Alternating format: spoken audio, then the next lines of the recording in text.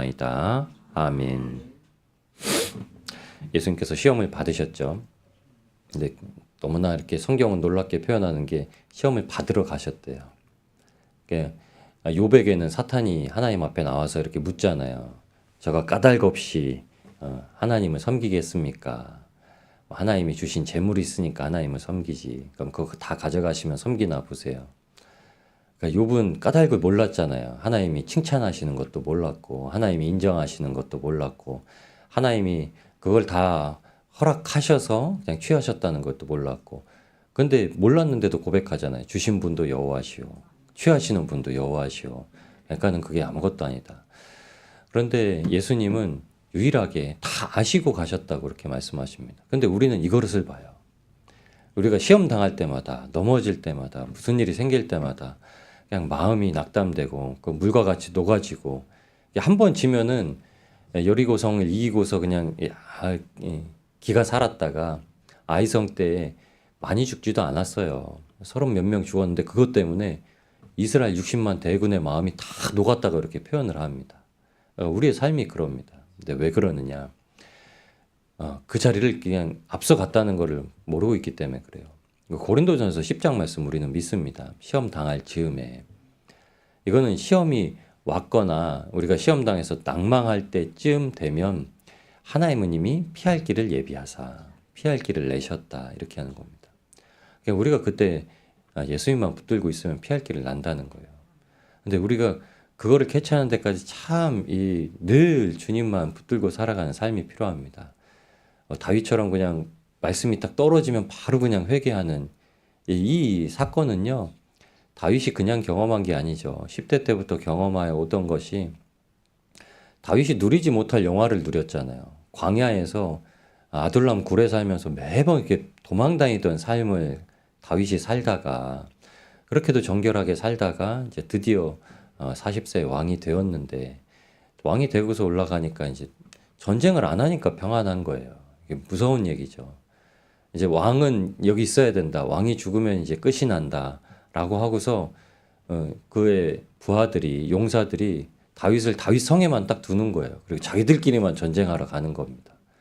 다윗은 전쟁을 제일 잘해요. 다윗이 그 큰 세 용사, 큰 30 용사보다 훨씬 싸움에 능통한 자입니다. 하나님의 은혜를 누리고 믿음의 고백이 더 크기 때문에요. 근데 다윗이 전쟁을 못하고 그냥 성 위에 있자 그게 이제 넘어지는 사건이 벌어지죠. 그리고 나서 이제 다윗이 두 번째도 또 인구조사를 하면서 넘어지죠. 하나님께서 다윗에게는 그래서 성전을 못 짓게 하시죠. 전쟁을 나가는 동안에는. 그러니까 솔로몬은 성전을 짓고는 성전만 짓게 하시죠. 여러분 전쟁을 하면 전쟁만 하게 돼 있고요. 성전을 지면 성전만 짓게 되어 있습니다. 근데 나중엔 이게 예수님을 통하여서 그냥 우리에게 그냥 다 완전히 주셨습니다. 그게 뭐냐면 성전을 지면 전쟁을 이긴 거예요. 성전을 져놓으면 전쟁을 이긴 거예요. 성전을 져놓으면 파수하는 자가 되고 내 아버지의 집은 기도하는 집이라. 오직 그곳에서만 유일하게 하나님께서 받으실 예배를 합당하게 받으시는 곳이 되었다라고 얘기를 합니다. 예수님께서 시험을 받으러 가셔서 이루신 것이 뭐냐면요. 십계명입니다. 십계명. 예수님의 40일은 예수님이 나가신 후에 광야로 가셔서 40일을 밤낮으로 금식하신 후에 줄이신지라. 예수님은 줄이실 수밖에 없었습니다. 예수님이 어떤 이유와 목적으로 일부러 안 드셨다라는 것도 있지만 실제로는 광야에서 40년 동안 주셨던 건 하늘에서 모세가 너희에게 떡을 주었다 하지만 실제로는 하나님께서 너희에게 주신 것이다라는 말씀을 주시고 만찬의 자리에서 예수님께서 이것은 내 살이요 이것은 내 피라 하고서 요한복음 6장처럼 기록해서 주십니다. 다른 복음서는 다 마지막 이제 예루살렘으로 입성하시기 전에 호산나 하시기 전에 하였던 걸로 기록을 해놨는데 요한복음만 유일하게 그 앞쪽에다가 기록을 해놓으세요. 근데 그 말씀을 주시죠. 하나님께서 주신 살아있는 떡이 나다라는 말씀을 주시죠. 광야에서 만나를 먹었잖아요. 만나가 예수님이시잖아요. 예수님은 광야에서 먹으실 게 없으세요. 예수님은 머리 둘 곳도 없으시고 예수님은 세상에서 먹으실 것도 없으세요. 이거 당연한 겁니다. 마땅한 거예요. 이걸 다르게 해석할 수가 없습니다. 왜냐하면 예수님이 그래서 뭐 시장하셨다라고 말씀하시지만 성경에 굳이 예수님이 식사하시는 장면들을 기록하지 않은 이유도 있습니다. 예수님이 산떡이기 때문에요. 예수님께서 우리의 양식이시기 때문에요. 근데 그 말씀은 십계명상에 너는 나 외에 다른 신을 만들어 섬기지 말라. 나는 유일한 하나님이다. 라는 이 1계명으로부터 시작되는 계명은요. 10가지로 분해되어 있는 것이 아닙니다. 실제로는. 하나님이 한 분이시고 하나님을 붙들고 있으면 하늘과 땅에 모든 신령한 복을 주신다. 그래서 예수 그리스도의 십자가를 붙들고 구원을 받은 우리에게는 이 땅에서의 있는 삶은 나그네와 외인처럼, 왜냐하면 우리의 천국 본향의 삶이 우리가 거기선 나그네도 아니요 외인도 아니요 성도의 권속처럼 불리우리라는 약속의 말씀, 언약의 말씀, 에베소서 2장에 있는 말씀을 성취해 주시기 위해서 우리에게 주신 말씀이에요. 그래서 사탄에게 가서 시험할 때 사탄은 여전히 모르고 있죠. 사탄이 영으로 타락해서 영으로 떨어지고 난 이후에는 영의 존재가 육의 것들만 가지고 미혹하게 된다라고 말씀을 드렸습니다. 여러분, 우리가 신앙에 묶여 있어서 예수님만을 붙들면 그러니까 절대 미혹에 넘어지지 않습니다. 그래서 왜 예수 그리스도의 이름을 그렇게 막 굳이 부르냐? 우리가 육체로 연약하기 때문에 늘 우리는 육체의 욕심에 그냥 눈이 갈 수밖에 없다니까요. 인정이 넘쳐가지고요, 막 사랑을 하라고 하면은 그게 막 너무 쏠려가지고 이제 사람의 모습으로만 사랑하게 된다고요.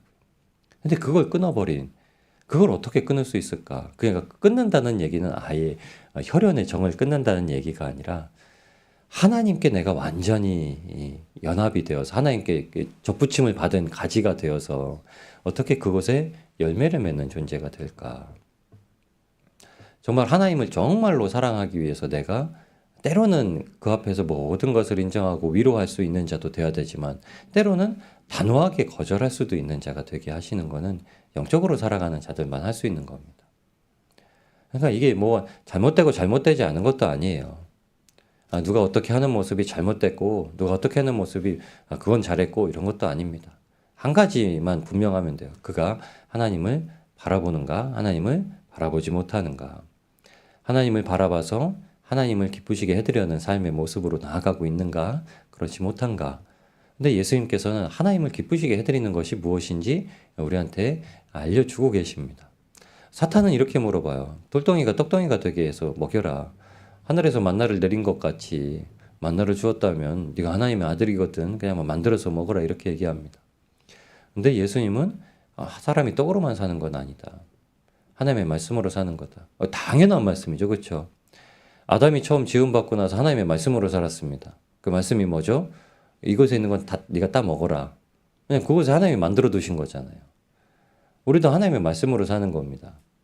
하나님께서 우리에게 허락하신 것들, 그리고 우리가 살아 역동할 수 있게 하시는 것들을 취하라고 하나님께서 허락하시니까 우리가 취할 수 있는 거죠. 하나님의 명하심 없이는 이제 아무것도 걸어갈 수 없는 입장이 되어버린 게 사람이죠. 그게 성령의 사람이라고 얘기하죠. 성령님께서 명하셔야만 움직일 수 있는 사람들. 성령님께서 명하셔야만 오순절 마가의 다락방에 문을 열고, 제가 그 문을 열었다는 이렇게 계속 제가 마음속에 그런 마음이 드는 거야. 문을 열었다, 문을 열었다. 근데 성경에 문을 열었단 말이 없거든요. 성경에 보면 아마 오픈된 공간 다락방에서 소리가 들리니까 베드로가 서서 외쳐 이르되, 그러니까 정자처럼 이렇게 뚫려 있는 곳에서 막 기도하다가 사람들이 듣고 나니까 그들이 그냥 자리에서 기도하던 자리에 서서 외쳐 이르되 그들에게 너희가 무슨 소리를 듣고 있느냐, 이것이 술에 취한 것이 아니다, 새술에 취한 것이다 라고 얘기하면서 복음에 취했다고 얘기를 해요. 술을 드셔보셨던 분들은 아실 거예요.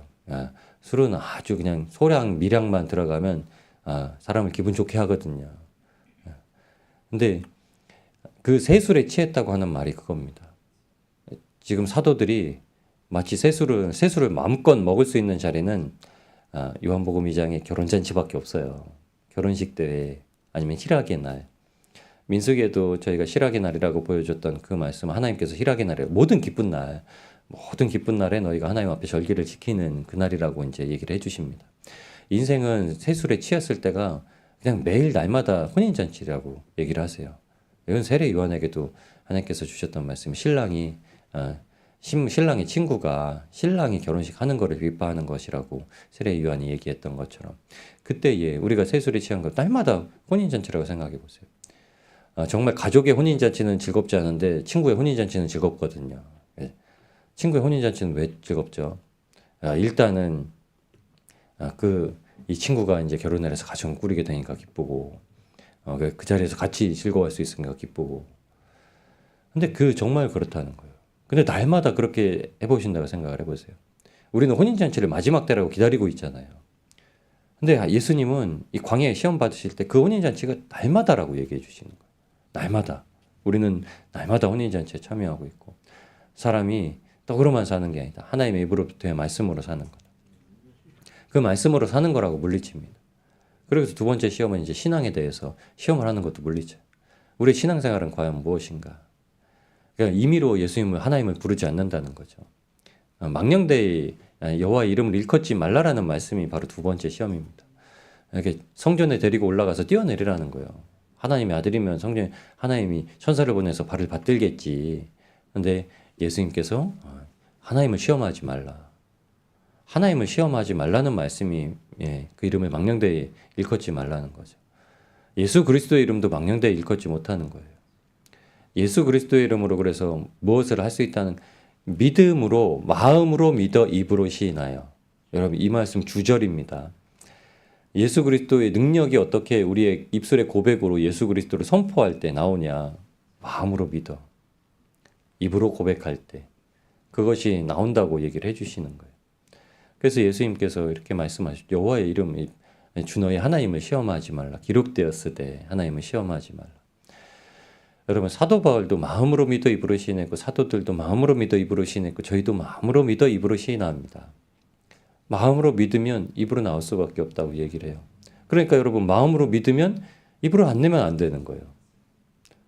마음으로 믿지 못하는데 입으로 낼 수가 없어요. 근데 우리는 마음으로 믿는데 입으로 나오기가 참 힘들죠. 그게 사탄이 미혹하고 있는 거예요. 그러니까 미혹은 떨쳐야 되는 거죠. 그래서 반대 법칙으로 사는 거예요. 누구한테 예수님 말하기가 참 쉽지 않을 때 일부러 말하는 거예요. 편하게 얘기하시면 돼요. 그러니까 지혜를 달라고 하시는 거. 교회 다니시냐고. 뭐 믿으신 분들은 없었냐고. 조사하면 다 나온다고 이렇게 전도하시는 목사님이 얘기를 하세요. 교회 다닌 적 있냐고. 어떤 조금 그런 마음이 있는 분들한테 여쭤보면 100% 거의 우리 가정이 교회를 다녀요. 옛날에 교회 다녔었는데 그냥 요새 안 나가요. 이런 분들이 있다는 거예요. 그러면 이제 자연스럽게 전하는 거예요. 예수님이 어떤 분이신가. 예수님이 그냥 나에게 해주시는 대로 전해야 됩니다. 예수님을 위로하시고 예수님 얼마나 사랑하시는지 몰라요. 사도 바울은 그냥 선포하고 나아갔죠. 근데 스게와의 아들들, 제사장 스게와의 아들들이 그 능력을 베푸는 게 너무나 이렇게 현혹되는 거예요. 여러분 믿는 자들은 그 주변에 항상 능력을 베풀게 돼 있습니다.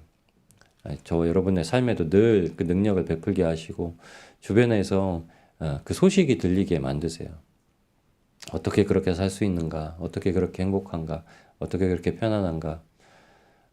그런 소식이 들릴 때마다 전해주게 되어 있죠. 사도 바울은 늘 능력을 행했으니까요. 사람들에게 복음을 전하고 담대하게 그것을 제일 즐거워하면서 전했으니까요. 그런데 스게와 제사장의 아들들이 그걸 보고서 그냥 그것도 흉내내고 싶은 거예요. 교회는 실제로 전하는 자와 흉내내는 자들이 생기는 겁니다. 성경에는 사도행전은 그걸 얘기해줘요. 그러니까 귀신을 쫓아내려고 내가 바울이 믿는 예수의 이름으로 명하노니 귀신아 떠나가라 하니까 넌 누구냐 이렇게 하죠. 귀신도 안다 그러죠.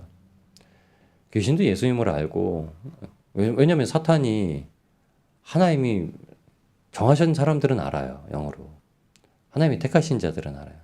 그래서 마지막 때엔 택한 자라도 미혹하려고 한다는 거예요.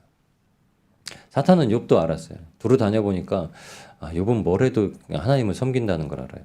첫 번째 사탄은 어떻게 하냐면 교회를 다니니까 알아요. 두 번째 사탄은 어떻게 하냐면 교회를 다니는데 정말 힘써 다니는 걸 알아요. 욥이 힘써 하니까는 혹시 내 자녀들이 생일잔치 하는 동안 범죄하지 않았을까. 생일잔치 끝나고 나면 다 불러다가 그들을 위하여 하나님 앞에 다시 제사를 드리고 또 그 자리로 보냈던 것처럼 늘 항상 하나님께 조심하고 살았던 걸 알아요. 근데 조심하고 사는 것, 에휴, 조심하고 살았다 저러다 넘어져. 사탄은 그렇게 얘기를 해요. 우리 마음속에 뭐라고 하는지 아세요? 이렇게 살다가 신앙으로 넘어지면 못 일어나. 난 넘어졌어.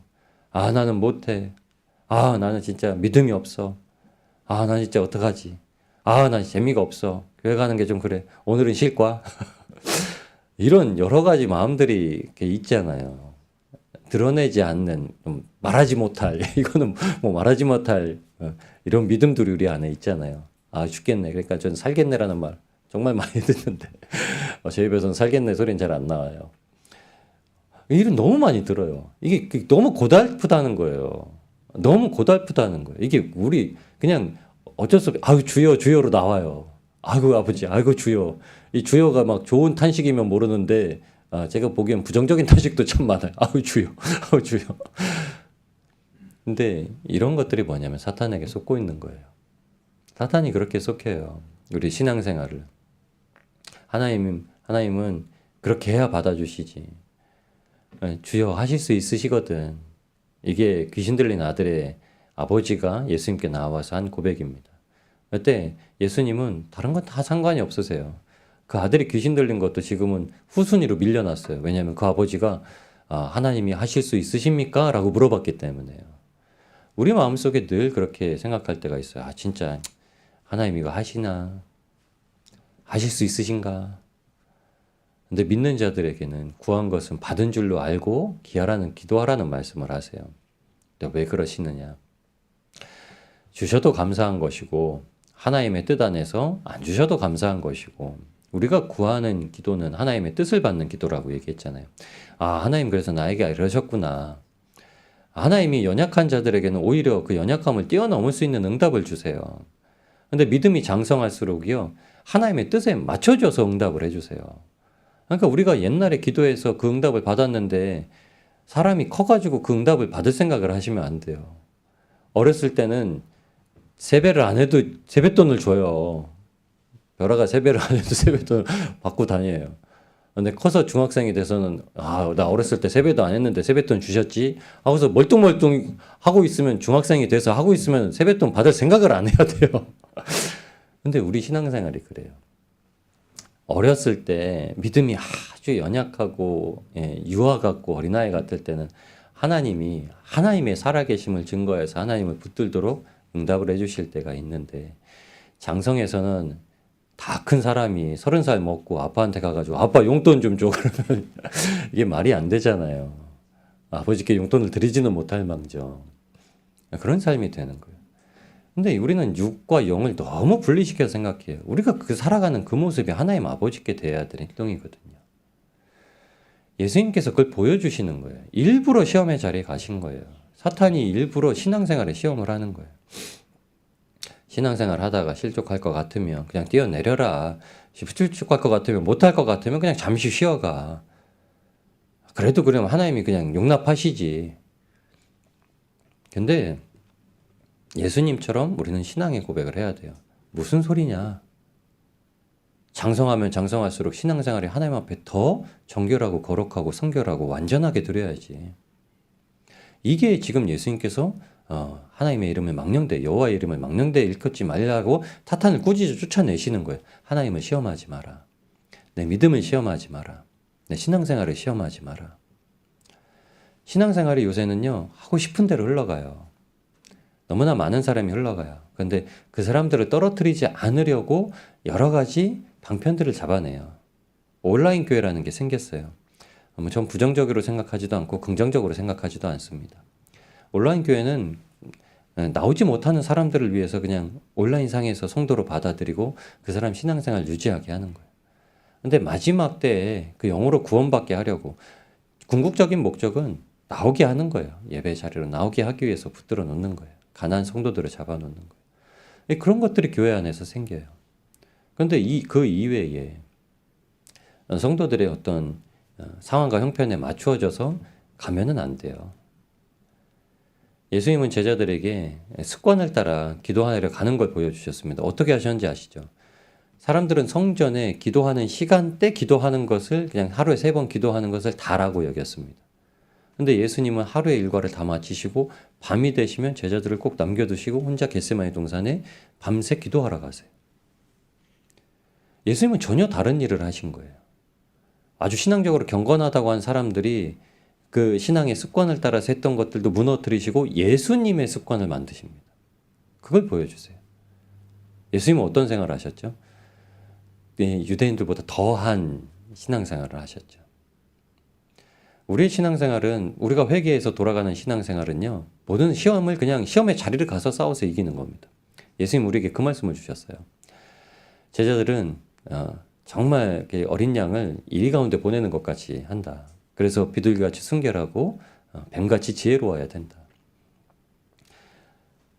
뱀같이 지혜로운 건 우리가 염려 걱정을 안 하셔도 돼요. 누구 지혜가 부족하거든 후히 주시고 꾸짖지 아니하시는 주님께 구하면 세상에선 늘 시시때때마다 하나님의 돕는 은혜가 있습니다. 그런데 비둘기같이 순결한 건 성령님이 아니시면 안 돼요. 왜냐하면 예수님께서 세례받을 당시에도 이 광야로 시험 받으러 가셔서 40일간 밤낮으로 줄이신 이후에 시험 받는 자에게 시험 받으신 사건은 마태복음 3장 17절에 이제 성령의 역사하심과 비둘기같이 성령의 임재하심을 통해서 이제 이 성령의 이끌림심을 받은 거예요. 우리가 그렇게 가는 자리는 성령의 이끌리심을 받아서 가는 겁니다. 그러면 어떤 자리죠? 정말 주님이 가장 기뻐하시는 예배를 드릴 수 있는, 우리의 몸을, 우리의 삶을 하나님께서 받으실 만한 신령한 예배로 드릴 수 있는 자리에 가기도록 주님께서 붙드신 은혜가 있는 겁니다.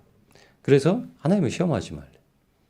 그리고 마지막 세 번째로 사탄이 또 한 번 얘기하죠. 나에게 경배하라. 예수님이 하시고자 하시는 주 목적이 이거였습니다.